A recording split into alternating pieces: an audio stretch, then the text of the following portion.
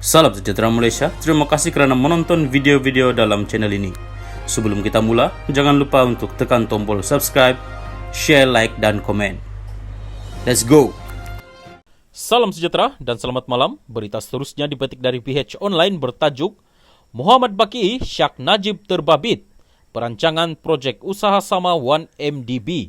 Berita penuh, bekas pengurusi One Malaysia Development Berhad 1MDB, Tan Sri Muhammad Baki Saleh memberitahu Mahkamah Tinggi hari ini beliau mengesyaki Datuk Seri Najib Razak terbabit dalam perancangan berkaitan projek usaha sama antara Syarikat Pelaburan Strategik Negara dan Petro Saudi International Ltd PSI.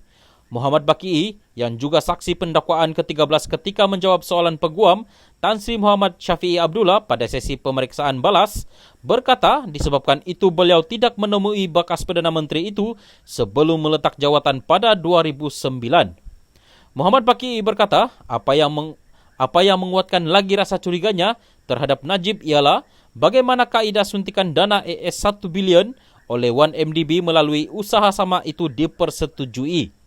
Muhammad Baki berkata, rasa curiga itu timbul kerana projek usaha sama berkenaan dilakukan dengan tergesa-gesa yang turut menimbulkan rasa tidak selesa dalam kalangan ahli lembaga pengarah BOD yang lain ketika mesyuarat BOD pada 18 September 2019 apabila mereka mengetahui kaedah pelaburan itu dilaksanakan.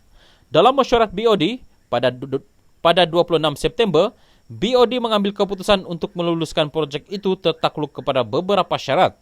Sekali lagi BOD mengingatkan pengurusan untuk mematuhi beberapa syarat.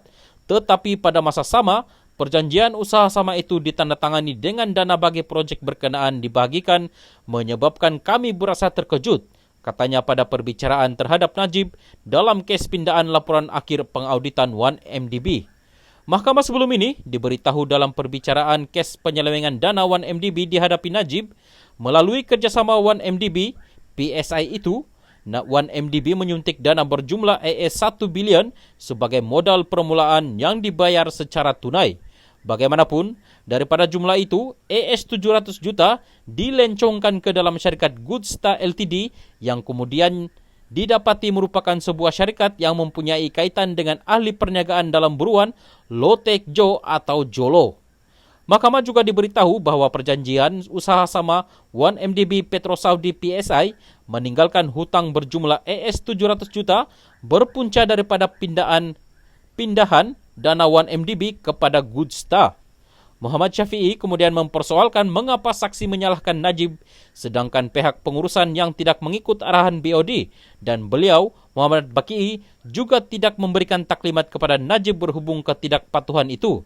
Muhammad Baki berkata beliau boleh merumuskan bahawa jika tidak kerana panggilan telefon yang dibuat Najib melalui telefon Jolo, BOD tidak akan mempercepatkan projek usaha sama itu yang boleh dibuat mengikut proses normal. Pada peringkat itu, Muhammad Syafiee menyatakan bahawa saksi tidak menjawab soalan dan asyik mengulangi perkara sama setiap kali ditanyakan mengapa beliau mengesyaki Najib. Saya bersama kamu dan mahu hentam pengurusan. Kenapa kamu hendak hentam Perdana Menteri sedangkan BOD diperdayakan? Saya tidak mempersoalkan integriti kamu. Saya cuma hendak memahami apa yang berlaku sehingga menyebabkan anak guam saya berada di sini, didakwa. Tetapi pengurusan di bawah kamu, kenapa kamu hendak menyalahkan Perdana Menteri, katanya. Muhammad Baki bagaimanapun berkata, peguam itu perlu melihat kepada keseluruhan proses dan tidak wajar bertanyakan soalan secara spesifik. Pada perbicaraan sebelum ini, Muhammad Baki dalam keterangannya berkata, BOD 1MDB diminta oleh Najib untuk tidak menghabiskan masa dengan meneliti transaksi lepas syarikat. Sebaliknya menumpukan kepada cadangan usaha sama dengan PSI. Muhammad Baki berkata, perkara itu disampaikan Najib melalui panggilan telefon selepas beliau Najib selesai bercakap dengan Jolo ketika mesyuarat lembaga pengarah 1MDB pada September 2009. Saksi itu merujuk kepada mesyuarat BOD yang dihadirinya yang turut disertai Jolo yang mana ahli perniagaan itu mendakwa menerima panggilan telefon daripada Najib.